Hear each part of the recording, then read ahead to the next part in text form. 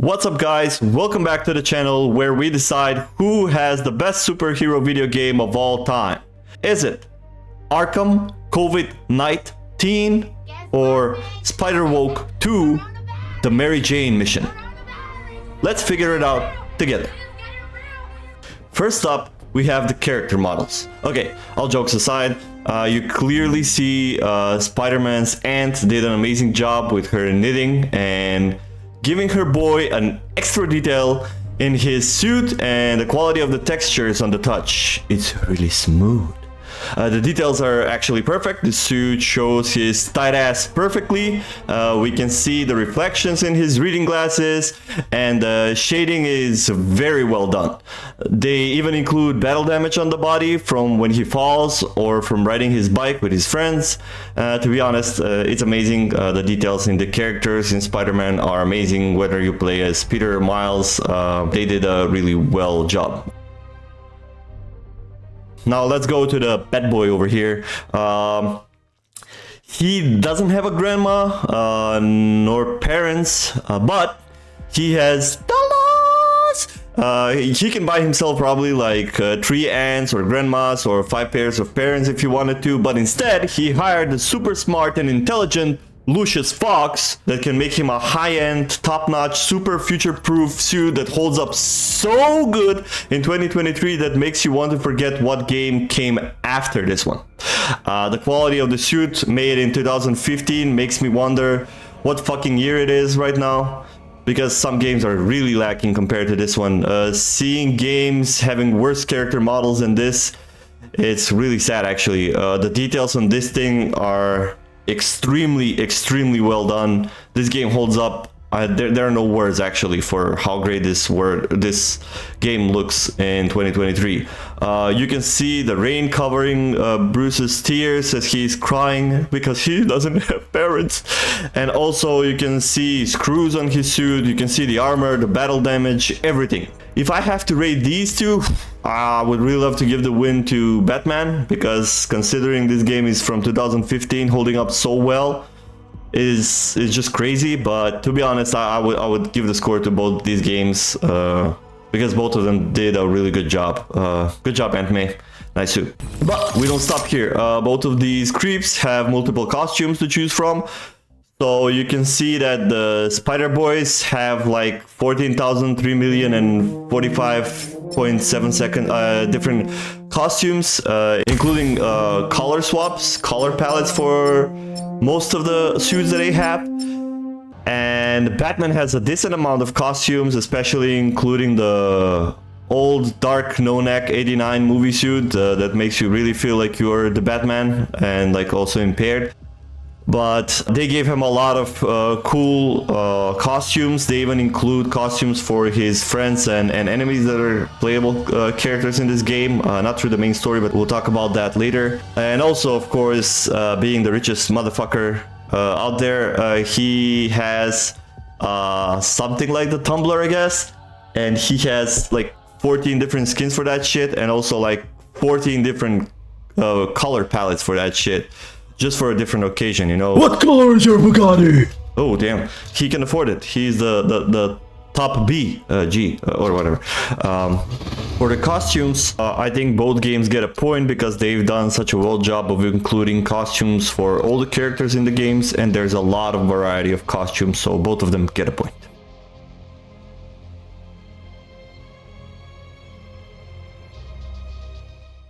Now, what do these souped-up arachnids and mammals have in their disposal to fight crime with? Well, let's see. The webheads have a couple of things in their disposal. First up is their suit tech, where they can upgrade for their health, traversal, which we'll talk about a little bit later, damage output, and focus regeneration. Then we have the gadgets. Now, they have some budget cuts because it's having 2 spiders instead of 1, and it's expensive, so they could only afford 5 gadgets. The first one is just the regular old trusty web shooters. Then we have the sonic boom that makes noise, which annoys the venoms. The upshot that lifts up the spirits of our enemies. Then we have the grapply thingy that groups the Gen Zers together so they can continue with theirs peaceful protests, as we know. And then we have the zip shot that bounces off Genziers because it cannot stay on one Genzier at a time. Anyways, then we have the skill tree, and of course we actually have 3 skill trees this time, one for each webhead focused on their powers and one common one focused on their moves and skills that they share through the game. Both of them have different abilities, but we'll talk about that in the combat section, not the Mortal Kombat section. And the last one is their abilities. Each of them can choose up to 4 abilities to use them on the fly by pressing the L1 button and the corresponding button to activate their ability. Spider-Man has his mechanical arms powers and venom or anti-venom powers, as they call them. And Miles has his also called venom powers, which doesn't make much of a sense, and then his electric powers. They have 4 of these each. One of them is more of a single target ability. One of them is like a crowd control ability. Most of them are actually crowd control abilities. I believe mostly the square one is focused on only one enemy. The other ones are more of a control type abilities.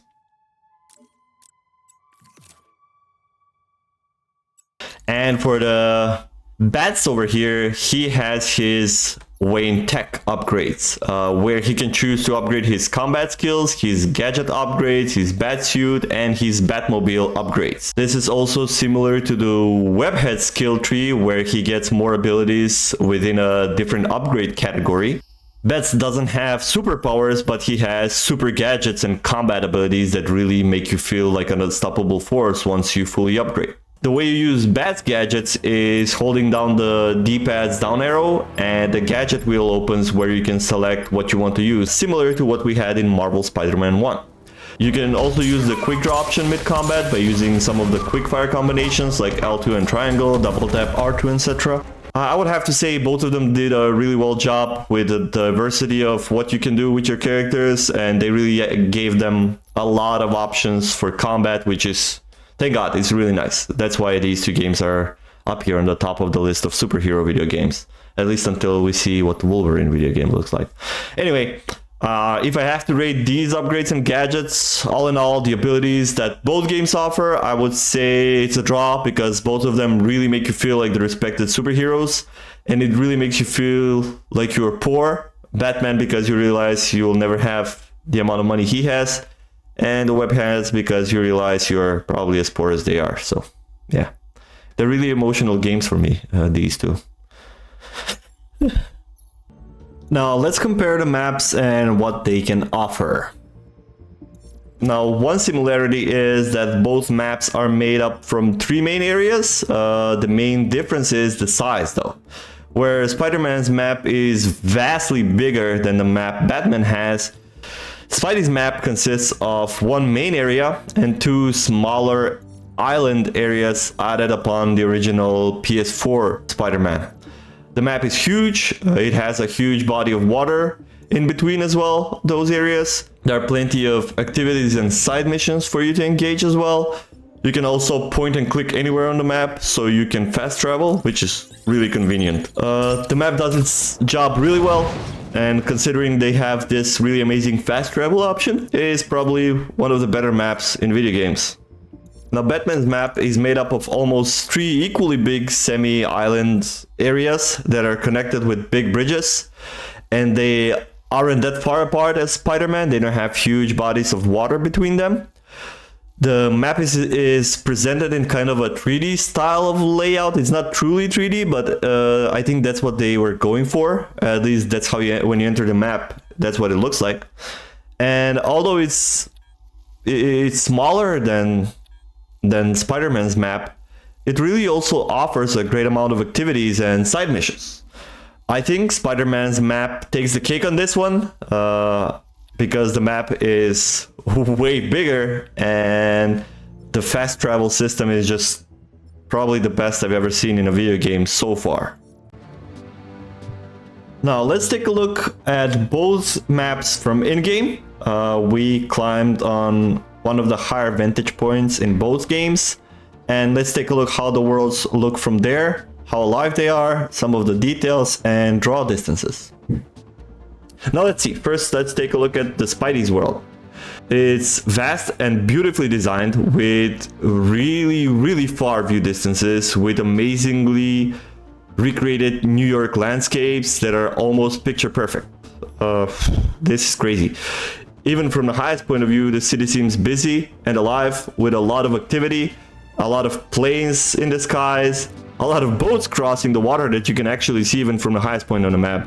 I have to say, this is one of the better looking open worlds I've ever seen. Now, Batman's world, on the other hand, is not so big, but the presentation of Gotham is as you would imagine it. It really makes you feel like you're in Gotham, and although it has a couple of skyscrapers, it feels like it's kind of lacking verticality. Don't get me wrong, there's a bunch of, there are a lot of high places that you go onto and you usually spend most of the time above the street level, but I believe from what I've seen of Gotham, it's supposed to have bunch of more closely knit skyscrapers. I think that was the only thing that was missing for me, but the presentation is perfect. It still feels like a Batman world. Like really, it really does. I have no complaints there.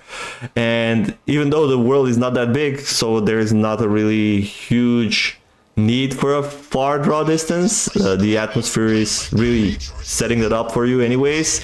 When you see the map from the highest viewpoint, you can see also a lot of activity, from drones flying by, from, if you open your Batman vision, you can see a lot of crooks and criminals, the criminal activities around the city. You can really feel the world is alive with a lot of activity around, even from watching from the highest vantage point.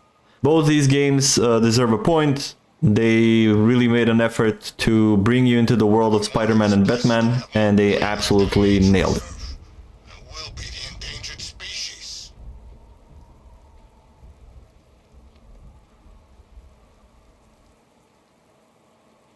Now we've seen the world from the top view, we saw the draw distance. Now, how do we actually travel through this world? How do we get around? Before we get down to the city streets, let's talk about the traversal. In Spider-Man, you have the trusty old web swing that is even more polished than before, with even more web swing animations and fluidity to the swing. I don't even know how they made it possible like this, because the first game was perfect.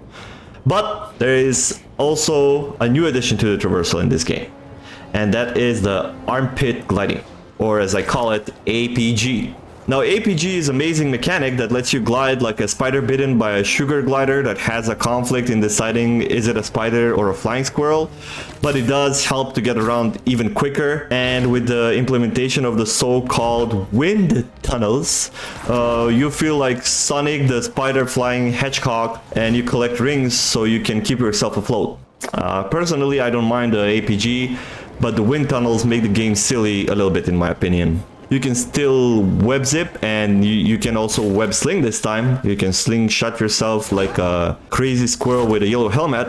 And you can also have two of your abilities help you propel yourself even further, if that wasn't enough. I mean, well, they could have even given this guy a private jet at this point. But they also included an option for you to totally remove the web swing support. And this makes the swinging 100% physics based. And this makes you really slower in the beginning before you pick up the pace while web swinging. But this also makes you flop harder than LeBron James every time you're closer to the ground and you forget to press the swing button on time. You can also still do tricks in the air and look stylish as you swing like a lunatic around New York. And I must say the traversal in Spider-Man is as perfect as ever. This is by far one of the most interesting and more fun traversals in video games history. And as the first game, is just something that I cannot stop doing, really. I was going back to Spider-Man 1 all the time. Now I'm going to come back to this thing. It's just that great, really.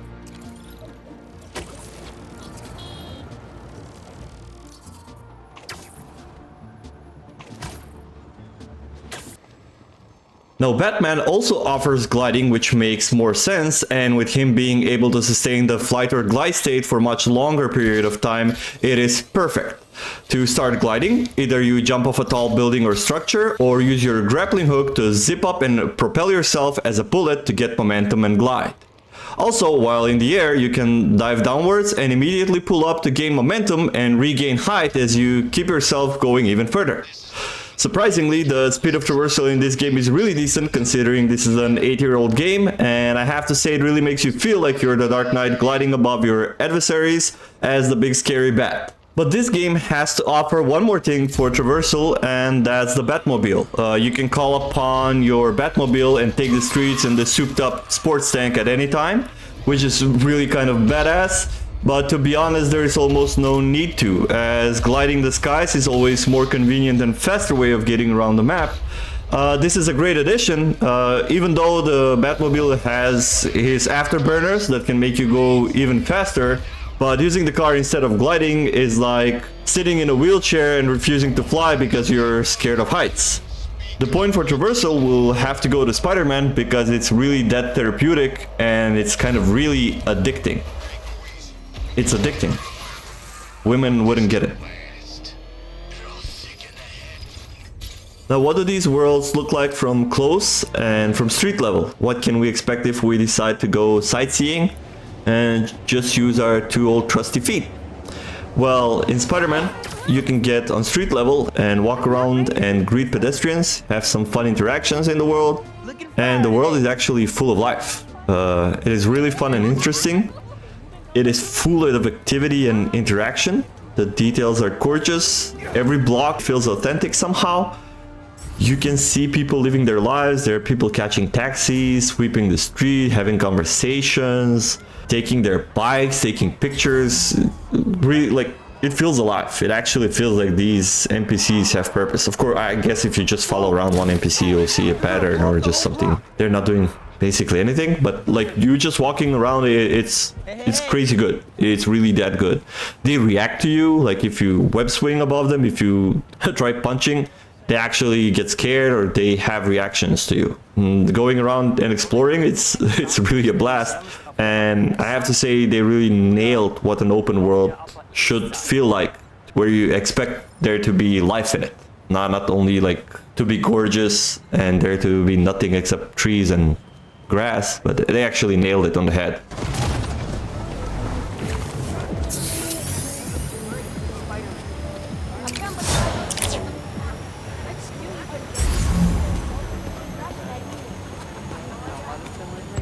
Great weather, right? I am so glad that goose got me. Disgusting in a way that I'm not comfortable. I've seen better. You're really telling me this right now? I warned you not to take a cab. You're gonna be stuck in traffic forever. How is this my fault? Fine, fine. Just meet you there.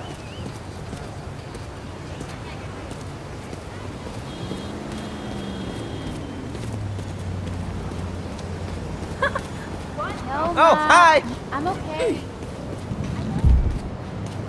Now, the Batman's world, on the other hand, it's post-apocalyptic, and there are no pedestrians on the street or any kind of special interactions with anybody while you're walking around.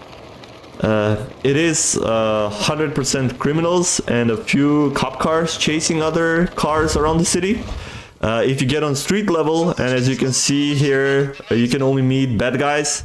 And I was really trying to avoid the crooks here, just to be able to showcase a little bit of what is it like to walk around the city. Even though the city is empty and everyday people are not there, there are no special interactions. There's one thing that makes the city feel really alive, and that thing are the conversations that you can hear from all the different crews talking, like all the crooks. Depending on where you're in your story mode progression, you will hear different conversations from all the thugs and the militia on the streets. They will actually comment on what's happening in the world, and like they will comment basically your story mode. You can also hear some funny and cool conversations about their personal life or discussions or about certain subjects, like some of the villains commenting on Batman and stuff like that. There are a lot of actually like. It's crazy how many different conversations you can hear. In one playthrough, you will almost never hear the same conversation on the streets. Unless you like do free roam a lot and you're just trying to finish a lot of side missions before you finish the main story. Of course, they will pop up, especially once you load a save. You will hear a bunch of the same conversations over because they kind of reset until you finish the next mission, I guess. Even though the world is not nearly as alive, it really brings the aesthetic, and there's like actually a reason why there are no pedestrians in the city, so it kind of ties in with the story mode. Rating these two, Spider-Man gets the cake for this one as well, sadly. Batman is really authentic, and again, considering this game is made in 2015, it's just crazy to think about that, but Spider-Man has to get a point for this one. It's just that good. It's just that good, really.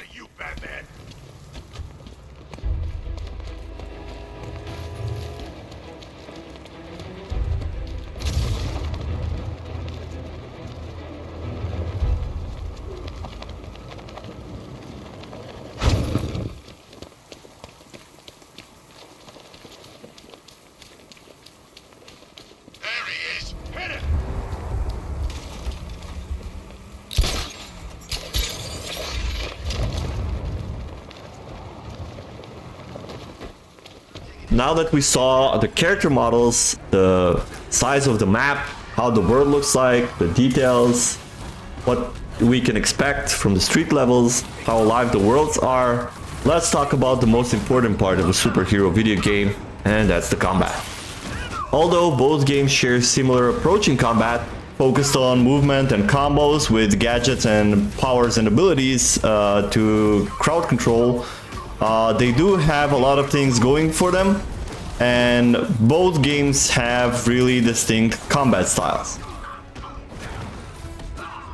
Spider-Man's combat is focused on the single target combos with using his gadgets and powers to crowd control and do area damage with his abilities. This combat is super satisfying and it has a lot of cool animations and the impact is on point. You can juggle your opponents, web them up for easier takedowns, throw them and slam them on the ground, and even throw them off rooftops for easy insta eliminations, that is if you're on a rooftop. On the defensive side, Spidey kept his ability to evade, but there's also another addition, and that's the parry. That requires somewhat of precise timing. If executed correctly, it blocks the upcoming attack, stuns the enemy for a moment, and slightly refills your focus. Now the focus meter you can use to heal or use the execute option for instant takedowns on enemies. There are plenty of variety of enemy types, even though mostly they share a similar role. The combat gets super fun and busy at times, and both Spidey and Miles have their respective abilities to help them deal with their foes.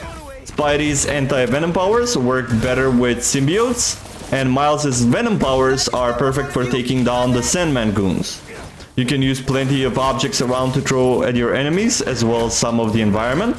The creativity in the game is kind of limitless, and you can do a lot of crazy things using your gadgets and your powers to do some crazy combos. The death animation of Spidey is basic. It looks normal with no wonky physics in general, and no weird ragdoll deaths. Now Batman's combat is also combo focused, but instead of a single target combos, he goes into a state of free flow where he dashes from one enemy to another, dealing up to 2 hits per enemy, increasing his combo meter that gains him access to special abilities and instant takedowns. Batman also can use his gadgets to control the crowd, and you're required to use them for certain enemy types, such as the goons with electric bats or shields.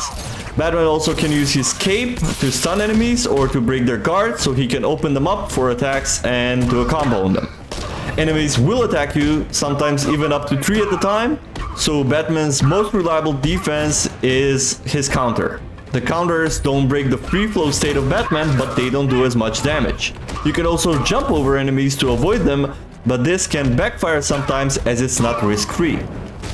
As in Spider-Man, here are plenty of variety of different types of enemies, but unlike Spider-Man, they are all human and just with different weapons and different attack patterns. Now Batman has also one more aspect to his combat. The Batmobile can turn into a tank, and you have to fight the militia own tank force. The combat is fairly simple. You can shoot your 6mm cannon and your sentry guns, which don't do almost anything.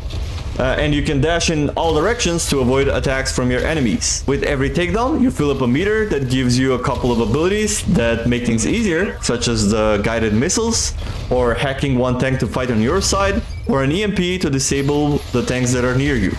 The combat is satisfying, and there are somewhat different types of vehicles like the drone copters and the annoying rocket launching tanks that make me hate my life. But it's nothing that will keep you crazy excited to do over and over again, especially after you beat the main story. Batman's death animation, though it makes him turn into a little ragdoll princess. At least there is a cool cutscene you get from an enemy or a friend when you die, depending on the circumstances. This is justice. This is what you deserve. In general, the combat really makes you feel like Batman, and it is one of the most satisfying combat systems ever made, and it paved the way for a lot of games to come after the Arkham series debuted.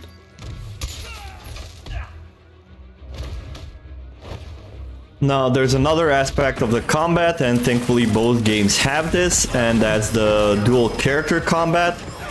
This is more present in Spider-Man than in Batman, because in Batman you can only do this in certain missions during the story mode, whereas in Spider-Man you can meet any of the Spider-Mans depending on who you're playing with.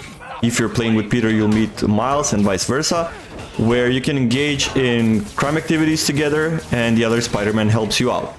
You cannot switch Spider-Man mid-combat, but you can do a cool dual takedown animation with the other Spider-Man. Thank God the AI of the other Spider-Man is not stupid and it actually helps you out in the combat. But to be honest, this is more of a visual thing than anything else. But it's a cool addition that they added this because it's really cool to be able to meet with the other Spider-Man around the city.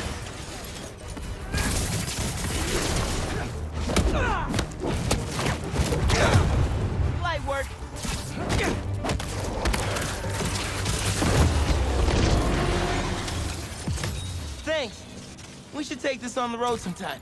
Sounds like a good excuse to finally build that Spider-Mobile. Now, Batman's on the other hand, you won't be able to meet with Robin, Catwoman or Batgirl around the city for them to help you. But you will play as them in missions through the story, or in some of the extra missions you can access from the main menu. Now, the combat here is not just for looks. You can actually switch between the characters on the fly. You can do dual takedowns. They also don't have that many animations, but depends on the characters. So each of the, let's call them cameo characters, have different takedown animations with Batman. Batman stays the same, but the other character has different animation. Even though the combat is mostly the same, the other characters have access to some special perks and gadgets of their own. In terms of combat and what we can do with the combat in both games, I would have to give the edge to Batman. Not because his combat style is better. Now, some people might argue it's simpler than Spider-Man's, but I guess that's up to your creativity. Spider-Man is kind of more out there. It's more natural for you to do combos and do some crazy stuff.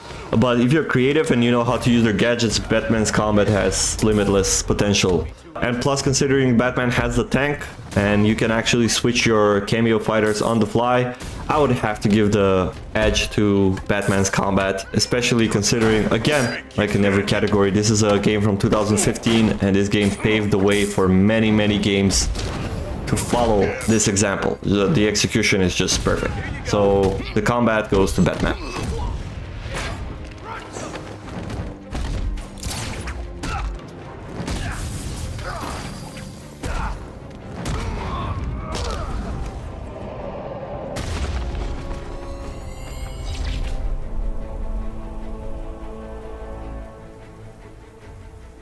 Now let's talk about one more aspect of the gameplay and the combat, and that is stealth. I put this in a different category because it's a different ballpark, especially for Batman.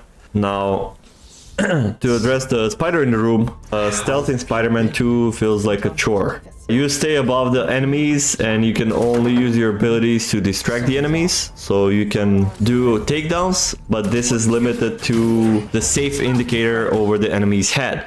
If you try to take down an enemy that is in the danger state, your stealth sequence ends and everything goes south immediately. I know Spider-Man is not really the stealthiest superhero, but the stealth is just there as a side activity when it could have been so much more.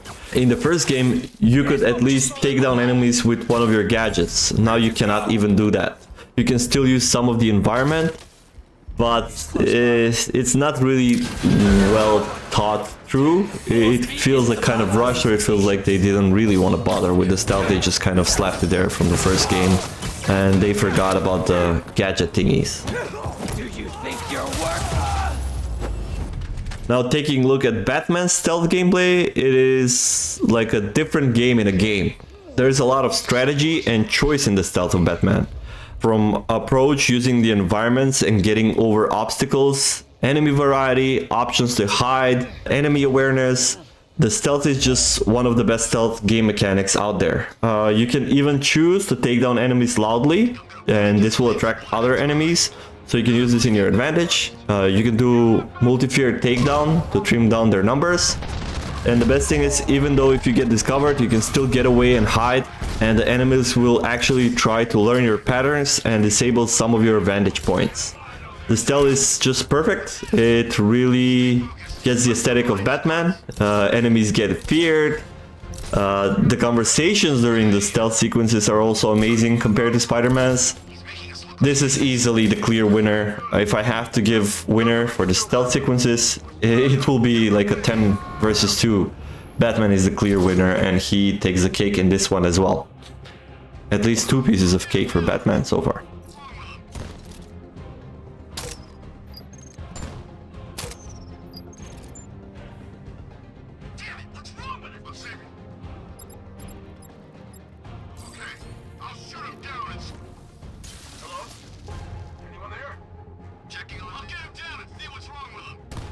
Now there's also a car chase sequence in both games. They are more of a distraction than anything else. Spidey has to follow a car and dodge some bullets to land on top of the car so he can take out the goons. Batman has to use the Batmobile. He chases down the car, dodge some rockets and shoot rockets to take out the enemy. It's pretty much simple as that. They're cool additions, but this is nothing that changes the gameplay dynamics or anything big really. It's just like a cool distraction and some easy way to earn some XP in both games.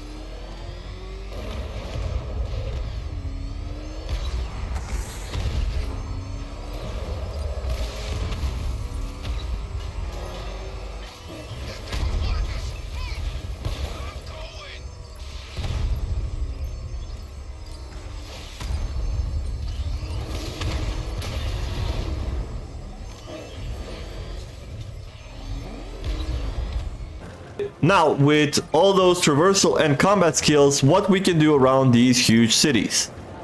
Well, let's start off with Spider-Man. In Spider-Man, you can take pictures of important locations, people, etc. You can engage in bio-ingredient missions to help out the community, where you can go fishing. I'm not kidding, you can actually go fishing with Spider-Man.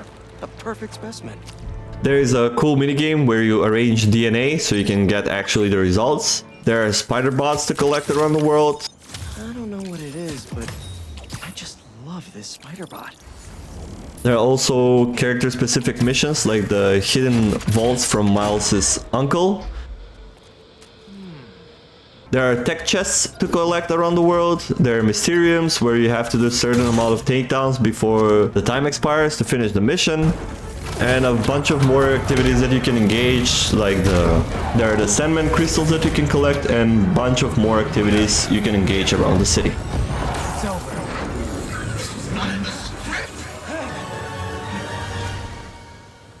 Can't believe I'm out of there. You're okay. Safe and sound. Now, Batman also has a ton of things to do. You can find enemies to interrogate, which will give you out hidden Riddler stashes. You can play as Azrael, trying to learn from Batman how to fight.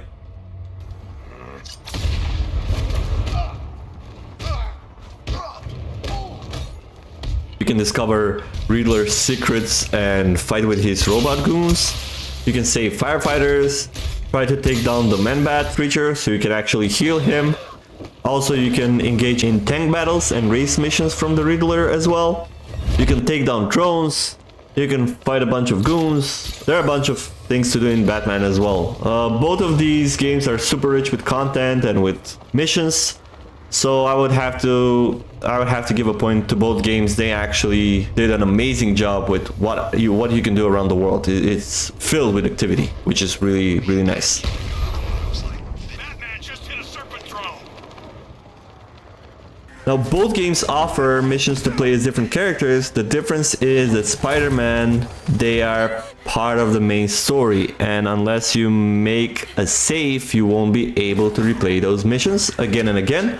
And in Batman, the characters get their own very short storylines as missions that you can access from the main menu.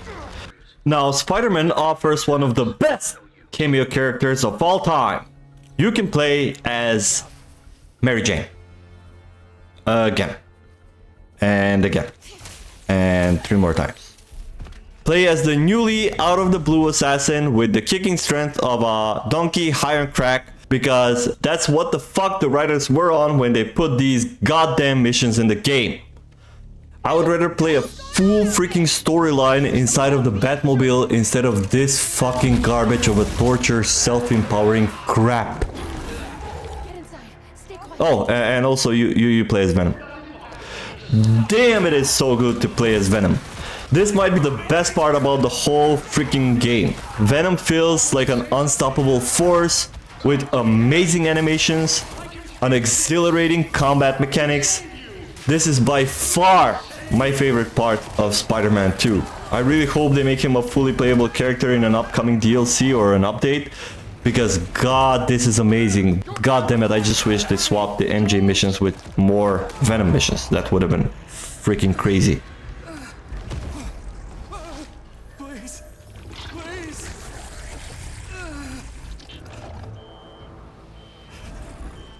Now in Batman, the side character missions where you can actually play as Batgirl searching for her wheelchair, and as Red Hood where you respect Batman's rule of never killing, yeah, and Harley Quinn where you actually spend most of the time just spinning the camera around looking under her skirt. The gameplay wise, it is really small difference with the basic combat where you play as Batman. The difference is Red Hood can use his guns, not killing people. Catwoman has kind of a cool mission where you sneak up and loot enemies. Other than that, most of them are really similar. They do have some quirks, as I mentioned earlier, and use some of their authentic weapons. They do seem authentic, but the gameplay is so similar it doesn't really make a drastic difference. It's nowhere near as playing as Venom. If I have to choose to who this goes, I would have to say it's a draw, because Batman offers much more. But playing as Venom is the best thing ever. Too bad you play as MJ, that kills it. And also you can play with Venom only for like one short mission.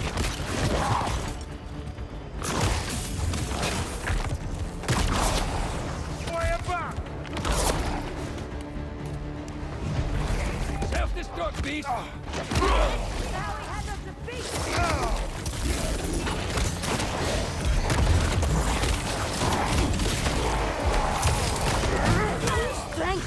Is this the spider?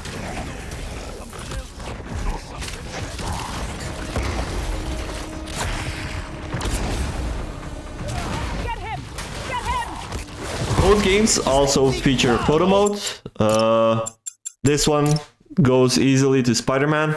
Spider-Man's photo mode is vastly better than Batman's. It has way more options to play with. It's basically like a professional photo mode. You can change the backgrounds. You can completely remove the background in Spider-Man. You can do character poses. You can do whatever you want basically in Spider-Man. Where in Batman, it is a decent photo mode. It gets the job done, but it's just really plain compared to the professional photo mode that Spider-Man has.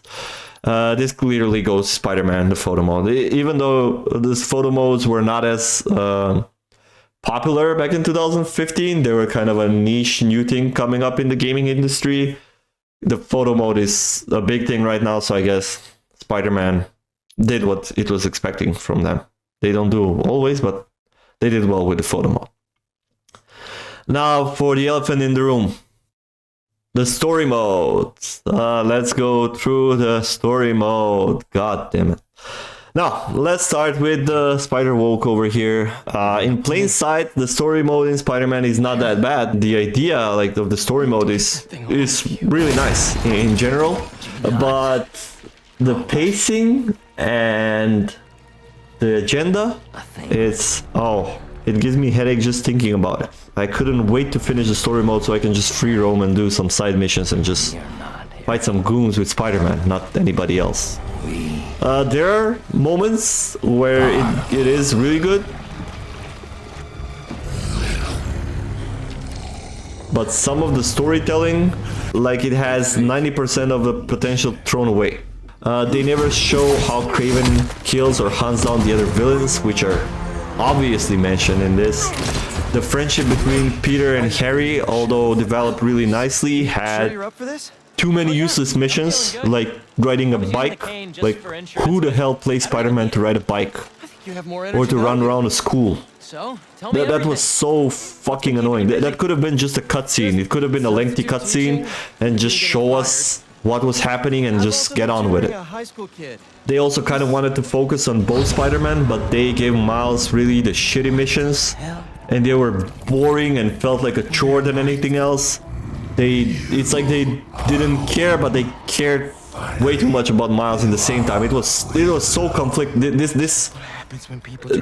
This story mode was just torture, to be honest. We were playing just because there were cool characters, but in general, like the execution and the way the story was made, it just gives me headache thinking about it. Obviously, Marvel/Sony made Miles to be the Swiss Army knife of wokeness here, because the only thing that was really focused on in this game was just the agenda, nothing else. This isn't where I belong, Harry. So they made him half Latino, Puerto Rican, and half African American. Wrong fact, sorry. He has only one parent, he can use sign language, he has a strong independent girlfriend that next game will probably end up being a trans person that was born a male but then transitioned. They never mention his father because he was a cop, but his crook uncle, who is now somehow a good guy, he's always there for him and giving him advice.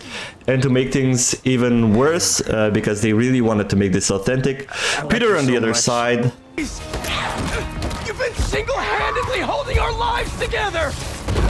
I'm sorry, MJ! I took you for granted! I'm sorry I caused you so much pain! The house! My job! I never want your life to be worse, to make mine better! Your dreams are just as important as mine! You're just as important! And you get the point, right? Thanks to Ugly Bitty here, we really know how it feels like to be in a relationship with a special person. Besides the crazy agenda and weird pacing issues and some parts of the story not really explained or expanded on, the story is really satisfying to play, the gameplay makes the story really awesome, and the opportunity to play as Venom actually is one of the best parts of the game. It is a decent story mode, and I'll just leave it at that.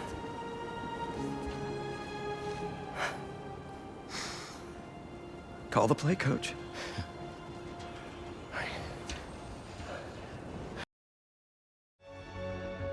It took just 24 hours for us to lose control of the city. Tonight, Gotham's relying on one man to save us all.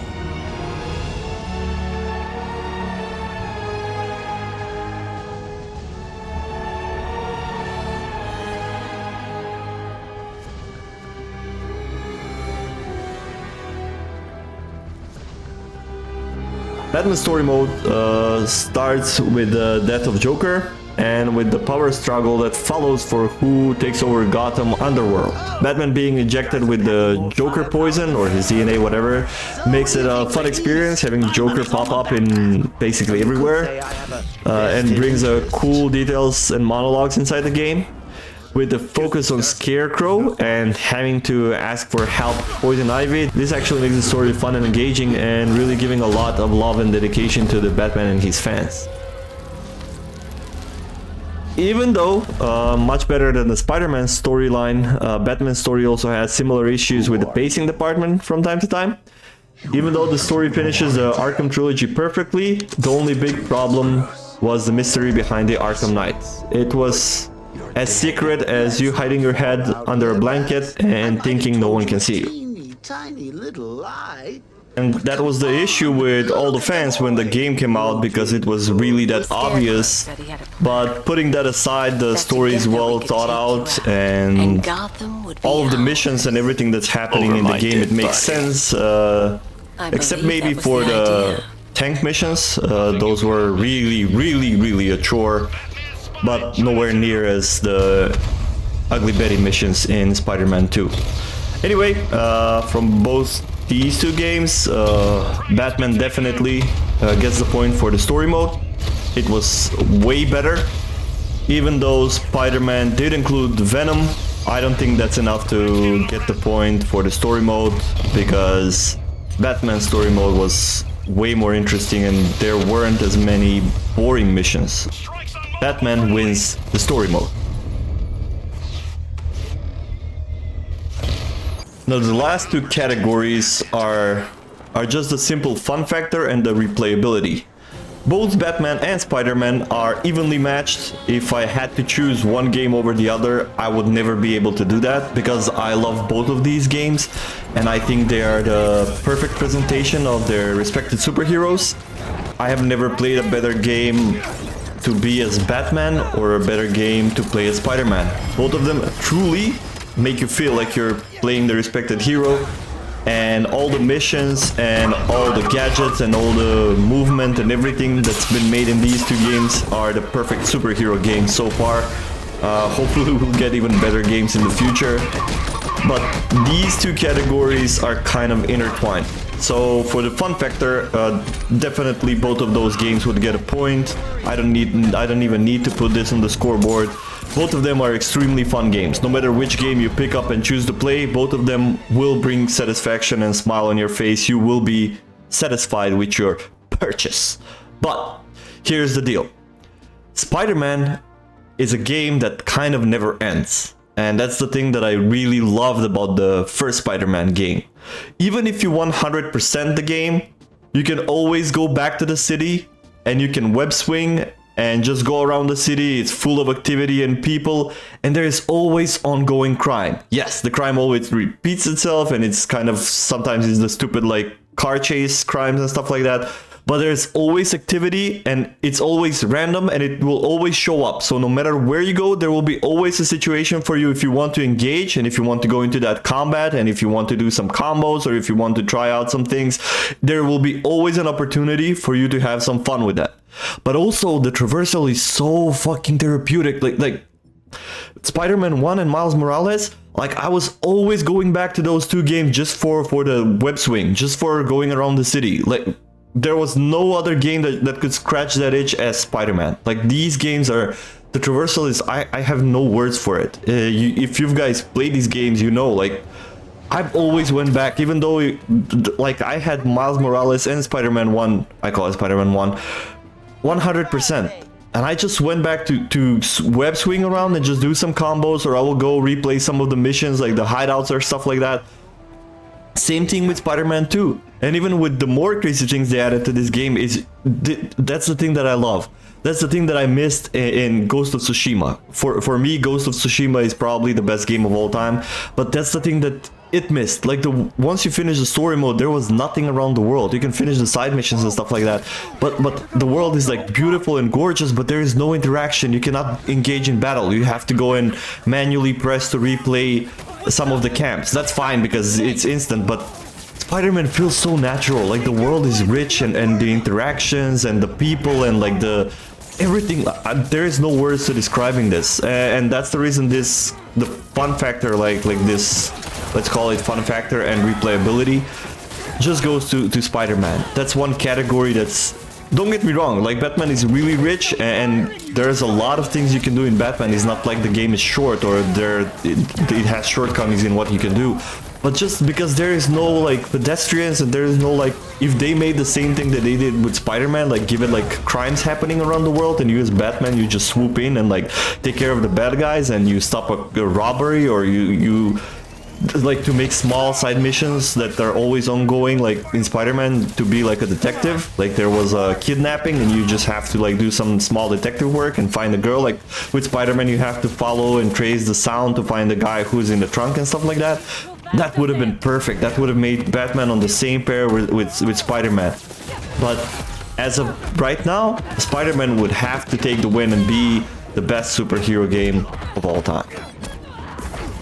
Well, give this to him for me.